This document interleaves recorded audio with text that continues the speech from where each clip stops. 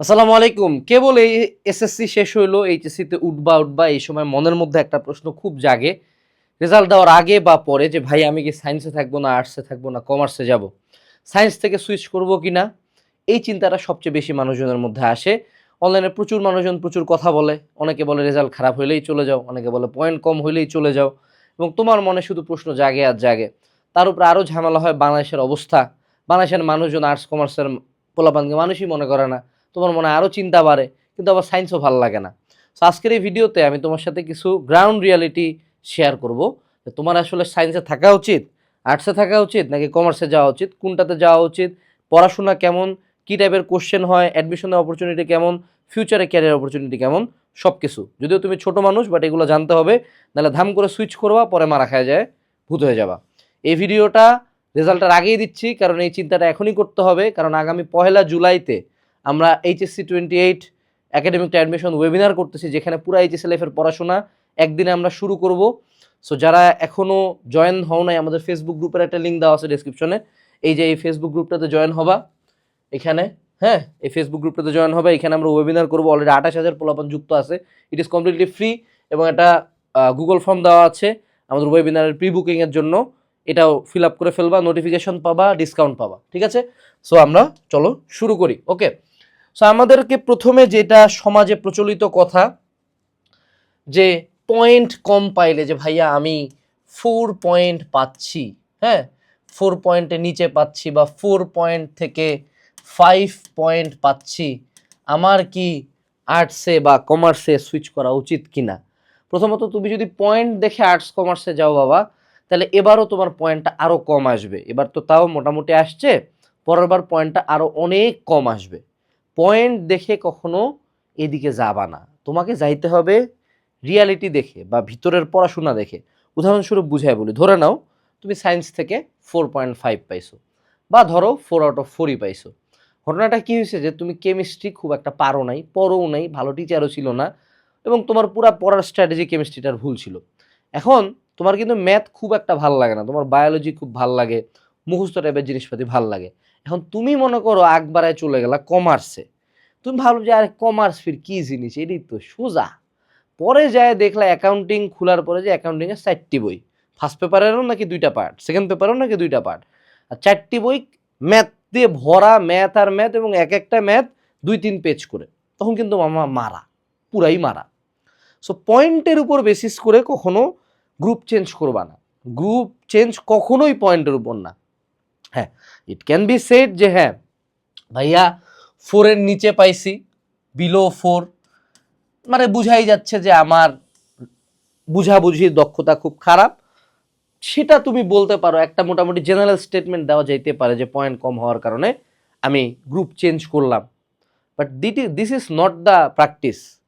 তুমি যখন পয়েন্ট কম, তখন তোমাকে আগে পয়েন্ট কমের রিজনটা খুঁজে বের করো। এই যে তুমি এসএসসিতে এত খারাপ করলা, এটা কি রিজন আসলে? তুমি কি তোমার ফিজিক্স, কেমিস্ট্রি, ম্যাথ, বায়োলজি ভালো লাগে নাই? বা এই যে physics specifically you have to think about 2 subjects, physics and chemistry, এই দুটো হলো ম্যান্ডেটরি ফিউচারেও। ম্যাথ আর বায়োলজি সুইচ করা যায়, 4th সাবজেক্ট মেইন সাবজেক্ট করা যায়। এই দুইটার মধ্যে কি এমন হয়েছে যে এই দুইটা তোমার একান্তই ভালো লাগে না, বুঝোও না? মানে এক হলো বুঝি না,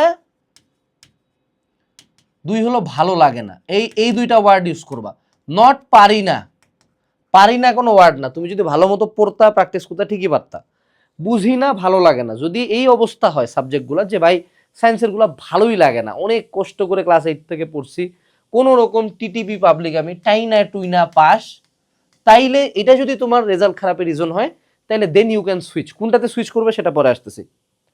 কিন্তু তোমার যদি অবস্থা এরকম হয় যে রেজাল্ট খারাপের একমাত্র রিজন হলো যে ভাইয়া আমি দিয়েছি হলো ইচ্ছা মতো ফাঁকি, এবং আমি লাস্ট শট এবং ব্যাক শট ক্লাসের উপর ডিপেন্ডেন্ট ছিলাম। পরীক্ষার আগে রাতে ভাইয়া ক্লাস আপলোড দিছে, আমি 1.2 মিলিয়ন ভিউজ দিয়ে দিছি ভাইয়াকে, কিন্তু পরীক্ষার হলে আমি কমন ঠিকই পাইছি, কিন্তু লিখতে পারি নাই। যদি তোমার এসএসসি রেজাল্ট খারাপ করার রিজন হয় যে তুমি এসএসসি লাইফে পড়ো নাই, তাহলে তুমি এইচএসসি লাইফে আর্টসেও যাও, কমার্সেও যাও, জিনেই যাবা, তোমার ঘটনা সেম ঘটবে, এক ফোঁটাও চেঞ্জেস হবে না। সো তখন আসলে সুইচ করাটা জাস্টিফাইড না, এটা হলো কথা। অর্থাৎ সুইচ তখনই করা যাবে যখন আমার পয়েন্ট কমের রিজন ভালো লাগে না বা বুঝি না। সেকেন্ড যে ক্যাটাগরিটা, দেখো টেল মি দ্য ট্রুথ, যে তুমি আমাকে একটা সত্য কথা বলো। ওই যে বললাম আসলে কি কারণে রেজাল্টটা খারাপ করছো বাবা, এটা আমাকে একটু সত্য কথা বলো। এটা রিজন কি ভালো লাগে না, বুঝি না, কোশ্চেনটা একটু কঠিন ছিল, টিচারটা একটু খারাপ ছিল, নাকি আমি পড়িই নাই। ওকে, এরপরে 3 নম্বর পয়েন্টে আসো। যদি তুমি সায়েন্সে থাকো, ধরো তোমার, আমি এবার 2টা সাবজেক্ট নিয়ে কথা বলি, বায়োলজি আর ম্যাথ এইচএসসিতে। হ্যাঁ, এই 2টা সাবজেক্টের মধ্যে কোনটা মেইন সাবজেক্ট নিবা, কোনটা ফোর্থ সাবজেক্ট নিবে, এটাও একটা ম্যাটার করে। অনেকে বলবে যারা বুয়েটে পড়বে তাদের ম্যাথ মেইন সাবজেক্ট, আমি বুয়েটে পড়ছি, আমার বায়োলজি মেইন সাবজেক্ট। আবার অনেকে বলবে যারা মেডিকেলে পড়বে তাদের বায়োলজি মেইন সাবজেক্ট। নো, খুব সিম্পল অ্যান্সার, এই 2টার মধ্যে তোমার কোনটা বেশি পারো, ভালো লাগে, সেটা মেইন সাবজেক্ট। অর্থাৎ আমার ক্ষেত্রে বায়োলজি মুখস্থ বেশি পারতাম, ওই জন্য আমার বায়োলজি মেইন সাবজেক্ট। কারণ কি, মেইন সাবজেক্টে নাম্বার যোগ হয়, ফোর্থ সাবজেক্টে ফেল করলেও সমস্যা নেই। সো সাপোজ তুমি ম্যাথ খুব কমই পারো, ম্যাথকে ফোর্থ বানায় দাও, ফেল করো, সমস্যা কোথায়, দাগা বানা। তুমি ধরো ঢাকা ভার্সিটিতে ম্যাথ দাগা পাই না, মেজরিটি বিশ্ববিদ্যালয় ভর্তি পরীক্ষার সামনে তুমি ধরো সায়েন্সে আছো, তুমি বায়োলজি ফোর্থ সাবজেক্ট, তোমার বায়োলজি দাগাইতে হবে না, বায়োলজির বদলে বাংলা ইংলিশ দাগাবা। So there are tips and tricks, but main subject fourth subject নিয়ে একটা কনফিউশন ক্লিয়ার করলাম। এটা কখনো কোনো ভার্সিটি বা অ্যাডমিশনে কোথাও লেখা থাকে না। সিম্পলি যেটা বেশি পারবা সেটা মেইন, যেটা কম পারবা সেটা ফোর্থ। এরপরে আসো রিয়ালিটি অফ এইচএসসি সিলেবাস। এখন আমরা এই 3টার মধ্যে কম্প্যারিজন করব যে আসলে সায়েন্সে কীরকম পড়াশোনা, আর্টসে কীরকম পড়াশোনা, কমার্সে কীরকম পড়াশোনা। বাই দা ওয়ে, তোমার যদি কেবল এসএসসি পরীক্ষা শেষ হয়ে থাকে এবং তুমি যদি এখনও এই প্রথমে বলার পরে যদি এই গ্রুপটাতে জয়েন না দিয়ে থাকো, তাহলে বাবা মারা খাবা। আমি তোমাকে এখানে 1 জুলাইতে পুরা এইচএসসি লাইফে সায়েন্স, আর্টস, কমার্স সবার একাডেমিক থেকে অ্যাডমিশন পর্যন্ত কেমনে পড়তে হয়, কি করতে হয়, কোন বই করতে হয়, সব কিছু এখানে একটা ওয়েবিনার হবে 1 জুলাইতে, সব বলে দিব। আর তুমি অনলাইনে 14 জায়গায় ভর্তি তোমার হইতে হবে না, এক একাডেমিক অ্যাডমিশন কোর্সে ভর্তি হলে হবে। এটার প্রি বুকিং লিঙ্ক আছে এবং ওয়েবিনারের আগেও কিন্তু তোমাকে এসএমএস পাঠানো হবে। সো এই ফেসবুক গ্রুপটাতে জয়েন দেওয়ার সাথে সাথে একটা ফেসবুকের সাথে একটা গুগল ফর্ম দেওয়া আছে, এই গুগল ফর্মটা ফিল আপ করে ফেলবা। ঠিক আছে, এই 2টা কাজ অবশ্যই এখনই করে ফেলো। এখন আসি যে সায়েন্স, আর্টস, কমার্সের মধ্যে আমরা চলো কম্প্যারিজন করি। সায়েন্সের সাবজেক্ট হলো ফিজিক্স, কেমিস্ট্রি, ম্যাথ, বায়োলজি। অবশ্যই সায়েন্সের যে এইচএসসির সিলেবাসটা, উদাহরণস্বরূপ তোমার পুরা 9-10-এর ফিজিক্স বইয়ের যে কন্টেন্টটা ছিল, বা ধরে নাও কেমিস্ট্রি বইয়ের পুরা বইটা যেটা ছিল, সেটা এইচএসসির সায়েন্সের কেমিস্ট্রির একটা চ্যাপ্টারের সমান, জাস্ট 1 চ্যাপ্টার। ইভেন এইখানে একটা চ্যাপ্টার আছে অর্গানিক কেমিস্ট্রি, যেটা নর্মালি পড়তে তোমার মনে করো এইচএসসি এসএসসি লেভেলের যে তোমার যে কেমিস্ট্রি বই, ওরকম 3টা বইয়ের সমান। 3টা বই মিলায় একটা অর্গানিক কেমিস্ট্রি চ্যাপ্টার তৈরি হয়, এটা কিন্তু একটা চ্যাপ্টার। এরকম তোমার 2টা করে পেপার আছে। সো ইন্টারেস্ট সায়েন্স অনেক কঠিন, অনেক বড়, no doubt about that. Arts, আর্টসের ক্ষেত্রে ভাইয়া 22টার মতো সাবজেক্ট আছে, পৌরনীতি, সুশাসন, অর্থনীতি, যুক্তিবিদ্যা, মনোবিজ্ঞান, তারপরে হইল গিয়া ভূগোল, ইতিহাস, ইসলামের ইতিহাস, সমাজবিজ্ঞান, সমাজকর্ম। এখন তুমি কোন 4টা নেবা, it's completely up to you, you are free to do that. কিন্তু মনে রাখতে হবে এগুলোতে প্রচুর পরিমাণে থিওরি প্লাস গল্প, মানে প্রচুর গল্প, প্রচুর আলাপ, লেখা লেখা। তুমি আর্টসে আসলে ভাবা, সায়েন্সে আসলে যেমন তোমাকে প্রচুর ম্যাথমেটিক্যাল হইতে হবে বাবা, প্রচুর ম্যাথ করার লাগবে। মানে তোমার যদি ম্যাথে কোনো প্রকার দুর্বলতা থাকে, অ্যানালিটিক্যাল ম্যাথ, স্পেসিফিক্যালি কঠিন ম্যাথ, তাহলে বাবা সায়েন্সে ঝামেলা আছে, তোমার বিপদ আছে। কিন্তু এই জায়গায় তোমার প্রচুর পরিমাণে আর্টসে আসলে প্রচুর পরিমাণে মুখস্থর ইচ্ছা থাকতে হবে, নাইলে দাদা মারা, পুরা ধ্বংস। আর্টসে যদি মুখস্থ করিবার না পাও, যদি মনে করো আগে বায়োলজি কম পারতা তারপর আর্টসে গেছো, তাইলে দাদা লাল সালাম হয়ে যাবে। হ্যাঁ, আর কমার্সের ক্ষেত্রে অ্যাকাউন্টিং টোটালটাই ম্যাথ, এবং ম্যাথগুলা বিশাল বড় বড় ছকালা ম্যাথ। ফাইন্যান্সের ফার্স্ট পেপারটা পুরাটা ম্যাথ, মানে ফাইন্যান্সও ম্যাথ, অ্যাকাউন্টিংয়ের ম্যাথ হলো ছকালা ম্যাথ, বুঝবা পরে যখন একটু ক্লাসে উঠবা বুঝবা। আর ফাইন্যান্স হলো সূত্রওয়ালা ম্যাথ। এর মধ্যে ম্যানেজমেন্ট আর মার্কেটিং হলো থিওরি, মুখস্থ টাইপের। So accounting is just a mix, সিলেবাসটা কাইন্ড অফ একটু মিক্সড, এই 2টার একটু মিক্স। কিন্তু হ্যাঁ, অ্যাকাউন্টিংয়ের ম্যাথ আবার সায়েন্সের ম্যাথের ধারের কাছেও না। অর্থাৎ সায়েন্সের ম্যাথ যদি 10 হয়, অ্যাকাউন্টিংয়ের ম্যাথ হার্ডলি গেলে 6 যাবে বা 5 যাবে, এইটুকুই হার্ডনেস লেভেলে। এখন আসো, আমি তোমাকে এবার পুরা সিলেবাসের হার্ডনেসের রেটিং দিই। সায়েন্স হলো 5 স্টার, সায়েন্সের কঠিনত্ব হলো 5, আর্টসের কঠিনত্ব হলো 3। এটাই বাস্তবতা। অর্থাৎ মুখস্থ মোটামুটি আর্টসের কিছু যদি সাজেশন পড়ে যাও, যেটা আমরা আমাদের কোর্সের সাথে ফ্রিতেই দিয়ে দিই, কোর্সে এনরোল করলে, একাডেমিক টু অ্যাডমিশন কোর্সে সিলেক্টিভ কিছু কোশ্চেন মুখস্থ করতে পারলে আর্টস তুমি এমনও পার হয়ে যাবে, অমনও পার হয়ে যাবে। কমার্সের ক্ষেত্রে এটা 3.5 স্টার্স, অর্থাৎ দ্য টাফেস্ট কি সায়েন্স।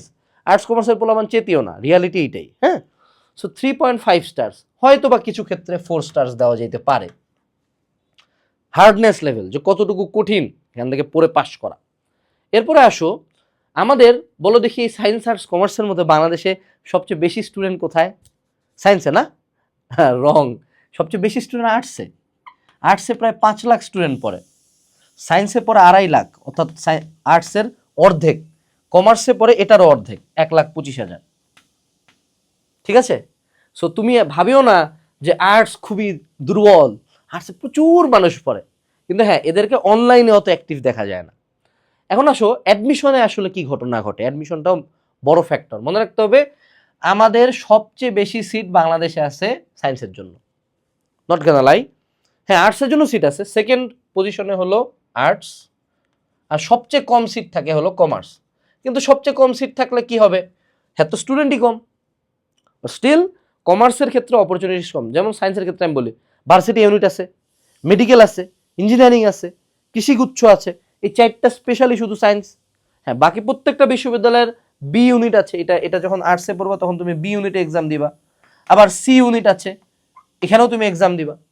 সো এগুলা কিন্তু অপরচুনিটিস তুলনামূলক কম, তুলনামূলক একটু সিটটা কম। কিন্তু সায়েন্সে যেমন সিট বেশি, ঠিক তেমনি পাগলা কুত্তা লেভেলে কম্পিটিশন। এক ঢাবিতে মনে করো 84,000 পোলাপান পরীক্ষা দেয়, এক মেডিকেলে পরীক্ষা দেয় 1 লাখ, ওনের থেকে নেয় 4,000।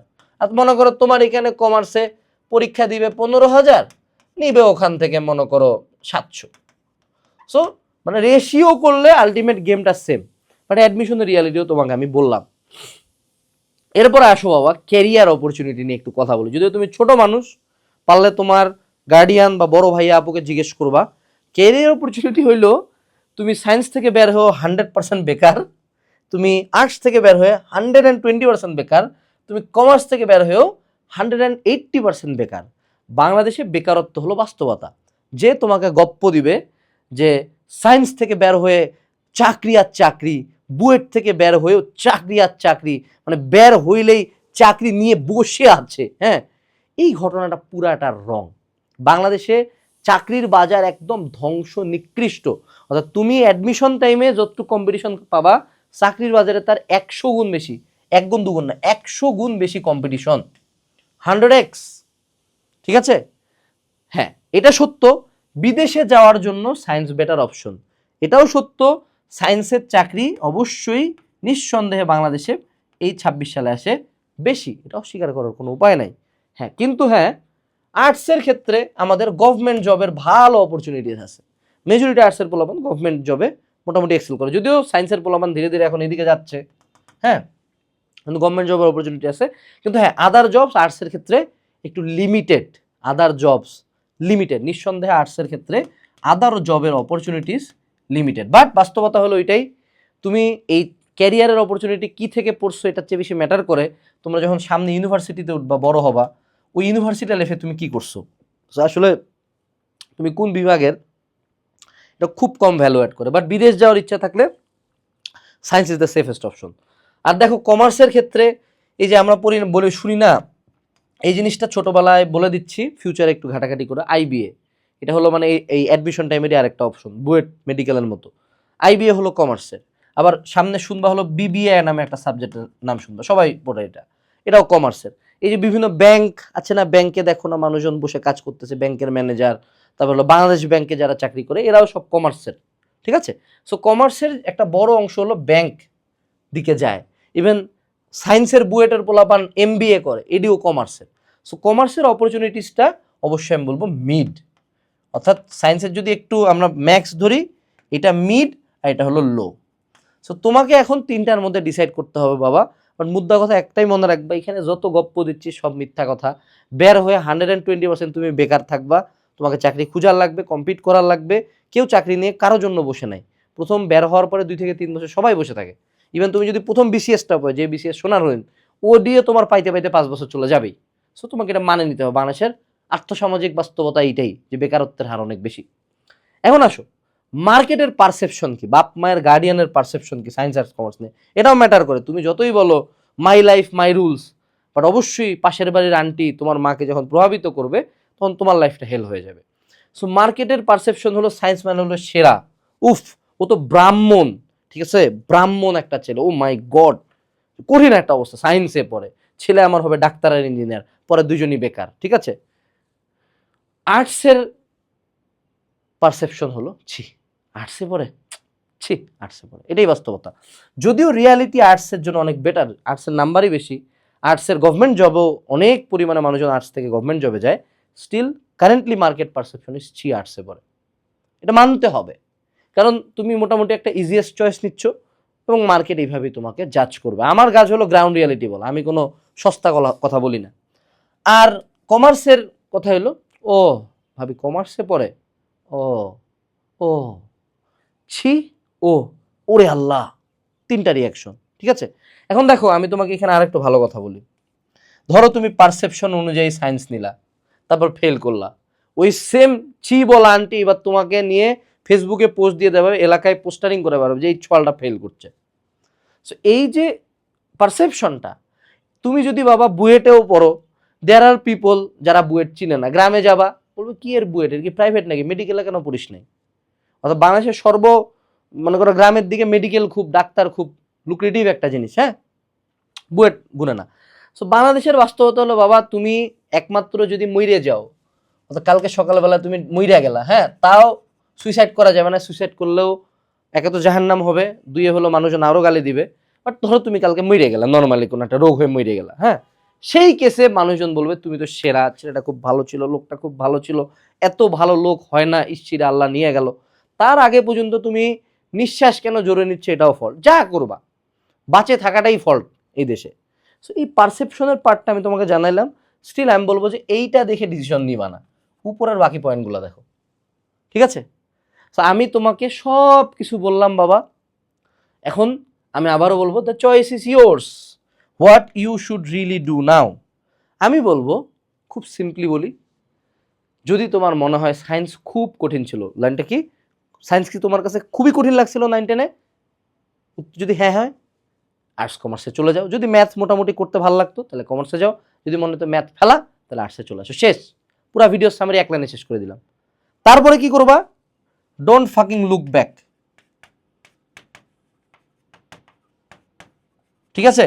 প্রথম দিকে মনে হবে আরে এইখানে গেলে ভালো হইতো, আরে ওখানে গেলে ভালো হইতো, ফাক দিস শিট, একবার যদি ডিসিশন নিছি দ্যাটস মাই লাইফ।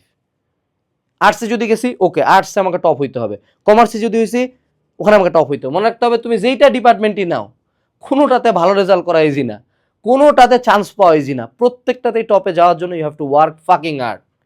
সো যেটা নিবা stick to it, have no regrets, লাইফে কোনো রিগ্রেটস রাখবা না। মনে রাখবা তুমি কারো কথায় কোনো ডিসিশন নিবা না, তোমার এটা যাতে তোমার ডিসিশন হয় যে আমি সেলিম, আমি ডিসিশন নিয়েছি আমি কমার্সে পড়বো, যদি এই কমার্সে পড়ে মারাও খাও তাও অ্যাটলিস্ট কষ্টটা কম লাগবে যে আমার ডিসিশন ছিল, মাই ডিসিশন। বাট যদি মাইন্ডসের কথায় যে আনাস ভাইয়া ভিডিও বানাইছে তাই আর্টসে আসছি, তাইলে মামা আজীবন আমারও গালি দিবা, নিজেরও গালি দিবা, কষ্টটা কমবে না। মানুষকে গালি দিয়ে মানুষের দিকে আঙুল দিলে কখনো কষ্ট কমে না।